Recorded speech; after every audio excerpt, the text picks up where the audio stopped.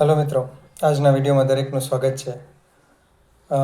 દીપાવલી પૂરી થઈ ગઈ છે અને દરેક મિત્રોને નવા વર્ષની અગ્રિમ શુભકામના. આવનારું વર્ષ ખૂબ સારું નીવડે અને સ્ટોક માર્કેટમાંથી રોકાણકાર હોય કે ટ્રેડર્સ હોય ખૂબ સારું એવું રિટર્ન લઈને જાય એવી શુભેચ્છાઓ. બજારની વાતથી શરૂઆત કરીએ તો છેલ્લે દિવસે ખૂબ સારા એવા પોઝિટિવ ટ્રેન્ડમાં બજાર હતું.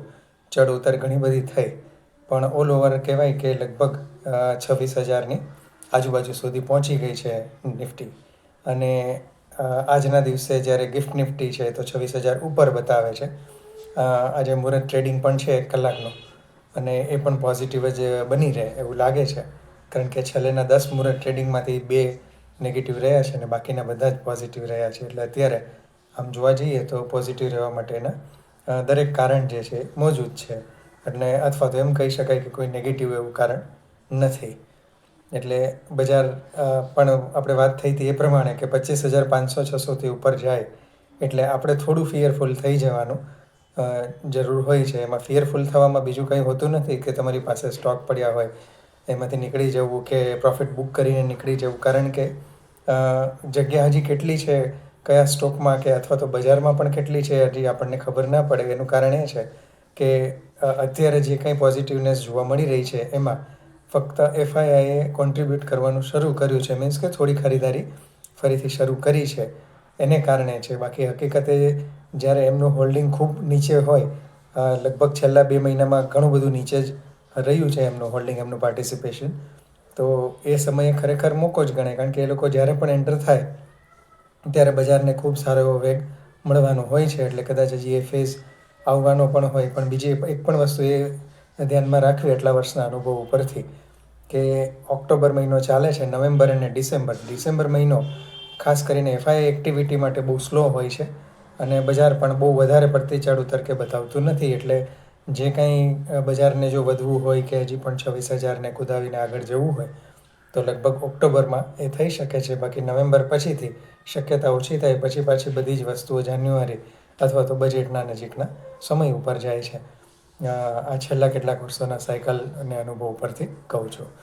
હવે આપણે સ્ટોકની વાત કરીએ તો આજે નવા સ્ટોક કરતાંય જૂના કેટલાક સ્ટોકને ફરીથી રિવિઝિટ કરવાના છે. જેમાં આપણે 2 સ્ટોક એવા ડિસ્કસ કર્યા છે કે જે આજથી માંડી અને 10, 15, 20 વર્ષ સુધી પોર્ટફોલિયોમાં જાળવી રખાય. પછી ભલે એનું કહેવાય કે વેઇટ, એનું જે ક્વોન્ટિટી જે કહેવાય એની એ તમે વધઘટ કે સાઇઝિંગ કરતા રહેતા હો, એ વસ્તુ અલગ છે. પણ લાંબા ગાળા માટે જાળવી રાખવા માટે આપણે પહેલો સ્ટોકની જે વાત કરી હતી એ બજાજ ફાઇનાન્સ અને બીજા સ્ટોકની ચર્ચા કરી હતી બ્રિટાનિયા ઇન્ડસ્ટ્રીઝ. બંને ખૂબ સારું પરફોર્મન્સ કરે છે અને જે રીતે આજે લાંબા ગાળા માટે આપણે સ્ટોકનો સ્ટડીનું વિચારતા હોઈએ એટલે એવો સ્ટોક વિચારીએ કે જે સાઉન્ડ પણ હોય અને એપ્રિસિએશન પણ આપતો હોય. બંને વસ્તુ જોઈએ. એમાં સેફ્ટી પણ જોઈએ કે આજથી 10, 20, 25 વર્ષ પછી કંપની હશે તો બંનેનું પરફોર્મન્સ ખૂબ સારું રહ્યું છે આપણે વાત કરી ત્યાર પછીથી. અને એ બંનેમાં ખાસ કરીને બજાજ ફાઇનાન્સ જે છે એમાં તો તમે થોડું મોમેન્ટમ બી કરી શકો કે વધારો ઘટાડો જે કહેવાય સાઇઝમાં તમારી હોલ્ડિંગ જે હોય એ કરી શકાય. પણ બ્રિટાનિયા એવી કંપની છે કે એને તમે જેમ બને એટલા નીચેના ભાવેથી એડ કરી શકાય. ભલે કોઈ રેકમેન્ડેશન નથી લેવાની કે વેચવાની, પણ આ એક સ્ટડીના પર્પઝથી એક ઉદાહરણ તરીકે વાત કરું છું કે જ્યારે બી મોકો મળે ત્યારે એ એડ કરતા જવા. કારણ કે એ સ્ટોક એવો છે કે એના માટે એને પોર્ટફોલિયોમાંથી ઓછા કરવા માટેનો વિચાર જેટલો ઓછો કરીએ એ વસ્તુ આપણને વધારે રિટર્ન આપશે. જ્યારે બજાજ ફાઇનાન્સમાં તો બની શકે કે ઘણી વખત પોર્ટફોલિયોમાંથી એનો આપણે ઉપરના ભાવે બુક કરેલું હોય તો પાછું એન્ટ્રી કરવા માટેના પણ ચાન્સ મળી શકે છે, એવું શક્યતા છે. તો આ 2 સ્ટોક ફરીથી આ જ રીતે આપણે એસેસમેન્ટ કર્યું છે. અને દિવાળી પીક માટેનો એ 2-3 સ્ટોક વિચારતો હતો, પણ બજાર જે રીતનું હવે સ્ટીમઅપ છે અને આમાં કેવું છે કે એક વખત સ્ટોકની અંદર 10, 15, 20% જગ્યા હોય અપસાઇડમાં ટૂંકા ગાળામાં અને એટલો ચાલી જાય 8-9%, 10%, પછી એની પાછળ ભાગવાનું બને ત્યાં સુધી આપણે ટાળીએ છીએ. એટલે દિવાળી પીક પણ આમ જોવા જઈએ તો બ્રિટાનિયાને જ હું તો આપીશ કે જ્યારે પણ બની શકે ને તમારું બજેટ એલાઉ કરતું હોય ત્યારે એનો સ્ટડી કરી શકાય. જ્યારે પણ બજારના ઘટાડા સાથે કે કંઈ પણ ઘટાડા સાથે અવેલેબલ હોય ત્યારે. ત્યાર પછીની એક ઇન્ટરેસ્ટિંગ ક્વેશ્ચન્સ છે એની વાત કરી લઈએ. એમનું ઈસબ ઇન્ડિયામાં હોલ્ડિંગ છે અને ઈસબમાંથી ટ્રેન્ટમાં કન્વર્ઝન કે એવું કંઈક કરવાનું વિચારે છે. તો એના માટે સ્પષ્ટપણે આપણે તો નિર્ણય ના આપી શકીએ. આપણે ખાલી કંપનીના સ્ટડી કરીએ અને એના ઉપરથી વ્યૂ બનાવી શકાય. એસબ ઇન્ડિયા હમણાં થોડા સમય પહેલાં જ આપણે ચેનલની અંદર ચર્ચા કરેલી કંપની છે કે જેના વિશે આપણે ડિટેલમાં એના બિઝનેસથી માંડી અને ફાઇનાન્શિયલ્સની વાત કરેલી છે. એટલે કોઈએ જ એમાં ક્વેશ્ચન માર્ક નથી.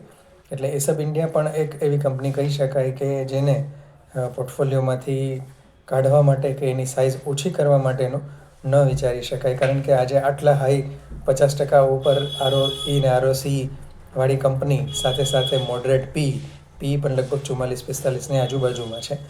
એવી કંપની અને પ્રમાણમાં સારો ટ્રેક રેકોર્ડ, કેશ ફ્લો ઘણા વર્ષથી સારું, ઇક્વિટીના પ્રમાણમાં રિઝર્વ સારું, આ બધી જ વસ્તુઓ ટીક થતી હોય એવી કંપની ગોતવી થોડું ઘણું હવેના સમયમાં ડિફિકલ્ટ છે. કારણ કે એવી કંપની હોય તો પછી એનો પ્રાઇસ એ પ્રમાણે હોય. જો કે એનું સેગમેન્ટ એવું છે એટલે અત્યારે પી મોડરેટ મળે છે, પણ પી રીરેટિંગ થાય ત્યારે પછી એ હાથમાં ન આવે. એટલે પર્સનલી જો મારા પોર્ટફોલિયોમાં એસબ ઇન્ડિયા હોય તો હું લગભગ એને બને ત્યાં સુધી બહુ કંઈ ક્રુશિયલ પરિસ્થિતિ ન આવે ત્યાં સુધી કાઢવા માટેનું ન વિચારું. વાત રહી ટ્રેન્ડની, તો ટ્રેન્ડ માટે આમ જોવા જઈએ ને તો એક સમયે ટ્રેન્ડ એટલે ઇન્વેસ્ટમેન્ટ બેઝ સ્ટોક હતો અને એમાં પણ બધી જ વસ્તુ ટીક થાય છે. ટાટા ગ્રુપની કંપની છે, ઝુડિયો, વેસ્ટસાઇડ અને ઝારાથી માંડીને ઘણી બધી બ્રાન્ડ ઓન કરે છે અને ઘણા સારા એક્સપાન્શન કરવાના છે. કંપનીનું ગાઈડન્સ ખૂબ સારું છે અને બધી જ રીતે બધી વસ્તુ ટીક થાય છે. પણ એક જ વસ્તુ છે, પી રેશિયો ખૂબ જ વેલ્યુએશન હાઈ છે. જો કે હંમેશા હાઈ જ રહેશે, બહુ લો પીથી ટ્રેડ કરે એવું શક્યતા નથી. પણ તેમ છતાં આ બધા સ્ટોકમાં કેવી તકલીફ હોય આપણને ડીમાર્ટના અનુભવ પરથી ખબર છે કે દર વખતે આપણે રિઝલ્ટ આવવાનું હોય તો એનાલિસ્ટ બધું પ્રિડિક્શન કરતા હોય કે ટ્રેન્ડમાં કદાચ આ વખતે જેટલું ધારીએ છીએ એટલું નહીં આવે, નિરાશાજનક બની શકે. પણ તેમ છતાંય કંપની સારું પરફોર્મ કરતી જાય છે. પણ ક્યારેક 1 કે 2 ક્વાર્ટર જો એ પ્રમાણેના આવી જાય તો જે હાઈ પીઈથી ટ્રેડ કરતા સ્ટોક છે એ કરેક્ટ વધારે થાય. જો કે પાછા ચાહકો પણ ઘણા છે ટ્રેન્ડના, એટલે કરેક્શન આવશે તો ફરીથી એડ કરવા માટે પણ તૈયાર જ છે.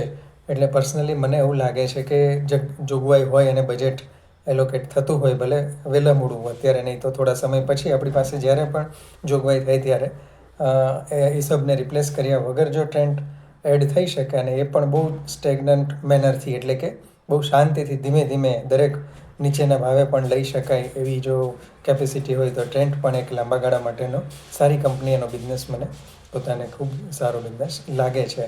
તો આ 2 ક્વેશ્ચન પછી એક ETF માટેની ક્વેશ્ચન્સ ફરીથી એકવાર રિપીટ કર્યો છે મિત્રે, તો અલગથી ચોક્કસપણે આપણે એનો વિડીયો જે છે એ જ બનાવવા માટેનો વિચાર કરીએ છીએ. બાકી લાસ્ટ વિડીયોમાં જે આપણે ચર્ચા કરી હતી એ બધા સ્ટોક જે છે એના પરફોર્મન્સનો પણ રિવ્યૂ કરીશું. અને બીજું CG પાવર કે જેનો આપણે વારંવાર વાત કરતા રહેતા હોઈએ છીએ, પણ હમણાં એ થોડો મારા માટે આઉટ ઓફ ફોકસ છે એટલા માટે કે મારી પાસે ક્વોન્ટિટી એની ખૂબ મર્યાદિત થઈ ગઈ છે અને એટલો બધો કરેક્શન્સ નથી થતો. કારણ કે મેં અનેક વખત વાત કરી છે એ પ્રમાણે કે 640-50ના ભાવથી હું એને એડ કરતો જતો અને 700ની ઉપર જાય ત્યારે એમાંથી સાઇઝ જે છે ઓછી કરતો જતો. એટલે ઓબ્વિયસ છે કે એ 800ની નજીક જઈ આવ્યો છે.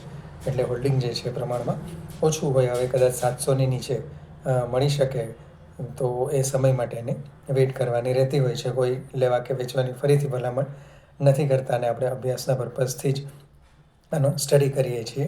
અને ETF માટેનો અથવા મ્યુચ્યુઅલ ફંડ માટેનો વિડીયો માટેની એક કોમેન્ટ આવી છે, તો એ ETFનો જે વિડીયો બનાવીશું એમાં જ આપણે મ્યુચ્યુઅલ ફંડની પણ થોડી ઘણી ચર્ચા કરી લઈશું. અને સાથે સાથે જો સેટઅપ તૈયાર હશે તો ત્યાં સુધીમાં તમે ડાયરેક્ટલી કઈ રીતે ટેલિગ્રામથી કે કોઈ પણ ગ્રુપ દ્વારા બીજી કોઈ રીતે કઈ રીતે જોડાઈ શકીએ અને આપણે સીધા જ આપણે વાતચીત કરી શકીએ એના માટેનો પણ એક જે રફ પ્લાન તૈયાર છે, હજી ફાઇનલાઇઝ થશે એટલે ત્યારે એની ચર્ચા આપણે ચોક્કસ કરીશું મિત્રો. તો વિડીયો કેવો લાગ્યો એ કોમેન્ટમાં ચોક્કસ લખશો. લાઇક, શેર અને સબસ્ક્રાઈબ અવશ્ય કરશો. જય હિન્દ.